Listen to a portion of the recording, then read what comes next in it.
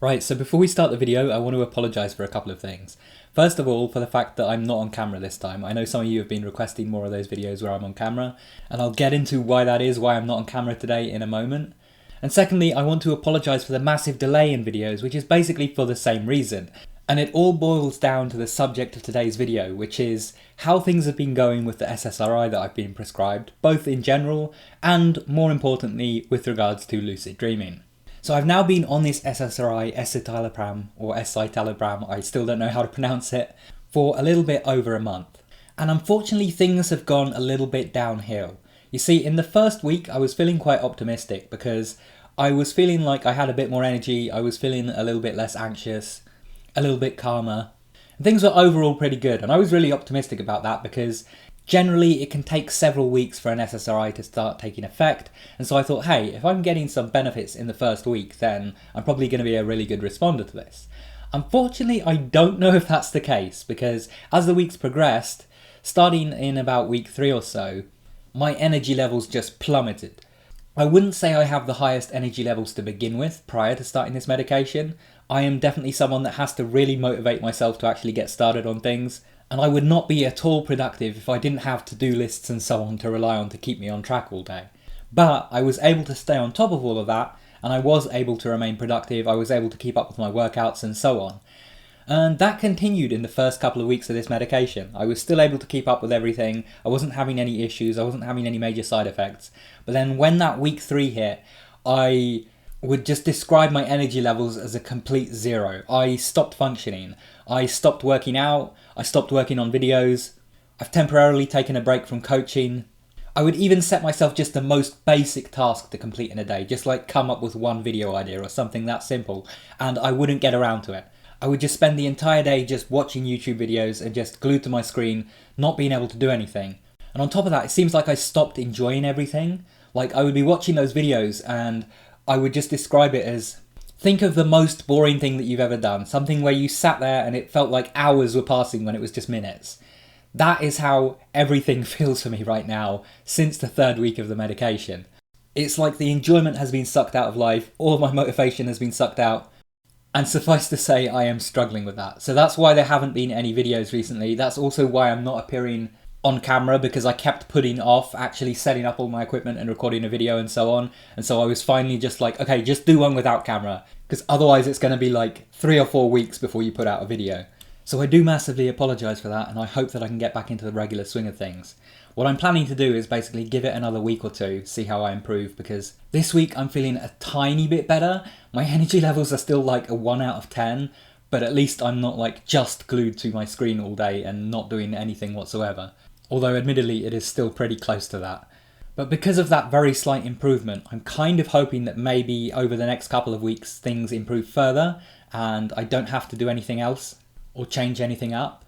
But if I'm still having problems in a week or two's time, then my plan is to contact my psychiatrist and ask about maybe a dose adjustment or a switch to a different medication or something. But in the meantime, I'm just trying to be patient with it and see what happens. I have noticed some minor improvements in that time. I don't feel as good as I did on the first week, but I have had some moments where, for example, I have OCD and I struggle with obsessively washing my hands, feeling like they're unclean all the time and needing to wash them. And I've noticed that that is reduced since about the last week or so. And I've also had some really difficult situations that I had to manage in the last couple of weeks, where normally I would have been sent into a complete panic, but I was able to handle things okay. But overall, unfortunately, at the moment, mostly what I've got is these side effects of this extreme tiredness and lack of motivation and lack of enjoyment of things, and very little in the way of positive effects to show from this medication. So I am just crossing my fingers and hoping that turns around. Now, about the thing that you've all been waiting for. How has this been for lucid dreaming? So it's kind of interesting, actually. I mentioned that in the first week, I only had a couple of lucid dreams, which is lower than I would normally get if I'm not using any techniques, but only slightly. I would normally get about 3 lucid dreams in a week if I'm not using any techniques, and I got 2 over about 9 days. But after that, it actually started to look up. My dreams started to get even more intense, even more crazy. And what was really interesting is I didn't reintroduce techniques, but I started getting lucid consistently almost every single night. And on most of those nights, it wasn't just a single lucid dream, but actually 2 or 3. And this is with no techniques, not even meditation. It seemed like the intensity of these dreams just put me in a place where I was much more easily able to recognise when I was in fact dreaming. This continued throughout most of weeks 2, 3 and 4, but unfortunately there has been one little change, and that's that I started taking my dose of the medication at night instead of in the morning in the last week. And the reason that I've done that is to try to manage the daytime tiredness, because it was suggested that if you're taking the dose in the morning and you're feeling tired throughout the day, it can be better to take it at night so you feel less tired. Now, since making the switch, I would say that that is true. I have made an improvement this last week. I can't say definitively whether it's from switching to night dosing or if it's also just the fact that more time has passed and maybe the side effects are starting to lessen. But unfortunately, one side effect of switching to night dosing seems to be that the dreams are less intense, less vivid, and now I am starting to notice something that seems a bit like suppressed REM. And I've been having quite a bit of difficulty actually remembering my dreams in detail in the mornings. But remember, this is of course with no techniques whatsoever, and that includes dream journaling. I wanted to get as close to the raw experience of how this medication affects my dreams without anything else affecting them as possible.